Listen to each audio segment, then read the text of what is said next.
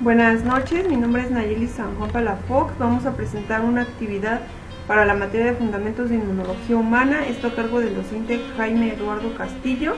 La actividad se llama Naturaleza de los antígenos y anticuerpos. Hoy estamos al 9 de julio del 2019. Los antígenos y los anticuerpos son la barrera de reconocimiento de los agentes exógenos que pueden interferir con el huésped ocasionando una patología específica en el mismo. Son empleados por el sistema inmunitario para identificar y neutralizar elementos extraños tales como bacterias, virus o parásitos. Vamos a empezar por hablar de los antígenos, que son inmunógenos y aptenos. Estos hacen referencia a la respuesta inmunológica adaptativa, ya que se trata de los inductores de tal respuesta. Aunque los términos antígenos e inmunógeno suelen ser intercambiables, no denotan lo mismo.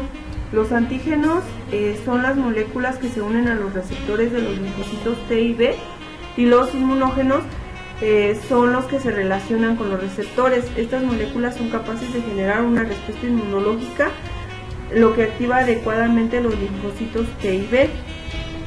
Los antígenos se clasifican en antígenos naturales, que son el resultado de la unión de la proteína inmunogenética, que se conoce como acarreadora, con un apteno. Un ejemplo de esto es la penicilina y sus derivados, que pueden convertirse en aptenos al unirse a las proteínas en la superficie celular de los individuos tratados con este antibiótico. Su principal uso ha sido como vacunas sintéticas. Los antígenos timoindependientes y timodependientes, estos los podemos clasificar a la dependencia de los linfocitos T para activar los linfocitos B, de tal forma que se consideren timoindependientes o independientes. Estos se activan con los linfocitos B sin la cooperación de los linfocitos T. Un ejemplo de estos son los niños que nacen sin timo o con otras inmunodeficiencias de los linfocitos T, pero con niveles normales de los linfocitos B. Estos solo producen anticuerpos con algunos antígenos microbianos, que por lo tanto se designan como timodependientes. Los autoantígenos, aloantígenos y genoantígenos son una clasificación fundamental en el área de autoinmunidad, y en los trasplantes se ocupa mucho. Los autoantígenos son aquellos que son propios y que por lo tanto no son reconocidos como extraños en el organismo. Los aloantígenos son antígenos provenientes de la misma especie pero de un distinto individuo. Y los genoantígenos provienen de individuos de una especie diferente, como en el caso del trasplante de una válvula cardíaca porcina en un humano. Los anticuerpos. Los anticuerpos son parte esencial de la respuesta inmunológica de los vertebrados. También se les llaman inmunoglobulinas, debido a que migran a la fracción gamma de los componentes del suero. Son producidos en las células plasmáticas y están presentes en el suero y en las secreciones corporales. Los anticuerpos brindan protección específica contra los microorganismos con los que el individuo ha estado en contacto a lo largo de su vida de forma natural o artificial. Las funciones biológicas de los anticuerpos son el bloquear, el neutralizar y la fijación del complemento.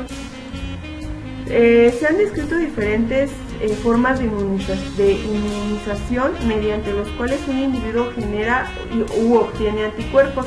La inmunidad activa natural es aquella que se obtiene por la interrelación causal de un inmunógeno o microorganismo, en tanto que la inmunidad activa artificial se induce como resultado de la vacunación. En ambos casos se generan anticuerpos neutralizantes o bloqueadores que protegen al individuo en una reinfección durante el resto de su vida.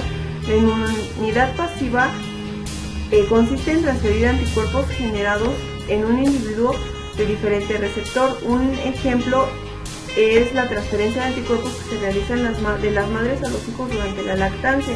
En el segundo caso, la administración de hiperinmunes como los sueros antiveneno. En los dos casos no se genera memoria inmunológica.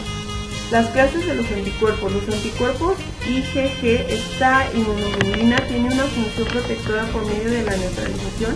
Además, el número de linfocitos B productores el IgD se incrementan durante estas infecciones, que son muy eficientes en la neutralización de toxinas, virus y bacterias. La IgM es eficiente para la aglutinación y la neutralización de microorganismos y toxinas. La IgA se encuentra en las secreciones corporales, que son esenciales para mantener el equilibrio con la microbiota comensal, neutralizando las toxinas provenientes de la infección por medio de la exclusión de los microorganismos. Evita el desarrollo de una respuesta inflamatoria exagerada. Y el IgE y las células cebadas abundan en las mucosas. Por eso, estos anticuerpos constituyen la primera línea de defensa contra los microorganismos patógenos. Los anticuerpos de clase IgE están involucrados en los procesos alérgicos que ocurren en la piel, como la dermatitis, el eczema, en la nariz la rinitis, las vías respiratorias altas, el asma, y el tracto gastrointestinal, que son las alergias a los alimentos. Reconocen a un alergeno activando las vías de señalización que llevan a la degranulación de estas células y la liberan mediante las medidas inflamatorias que dan origen a las manifestaciones clínicas de las reacciones alérgicas. Los anticuerpos se sintetizan en mayor cantidad en el organismo, son de clase IgA y IgG, y los linfocitos B de memoria se activan por medio de las citocinas y productos microbianos. La generación de nuevas células plasmáticas a partir de los linfocitos B de la memoria permiten mantener los títulos de anticuerpos en el suero en niveles constantes por tiempos prolongados. Por último, hablaremos de los anticuerpos monoclonales. Para la localización de los antígenos de los cortes histológicos y en células, y para cuantificar antígenos en suero, orina y otros fluidos biológicos con fines de investigar y diagnosticar, como es el proceso de ELISA.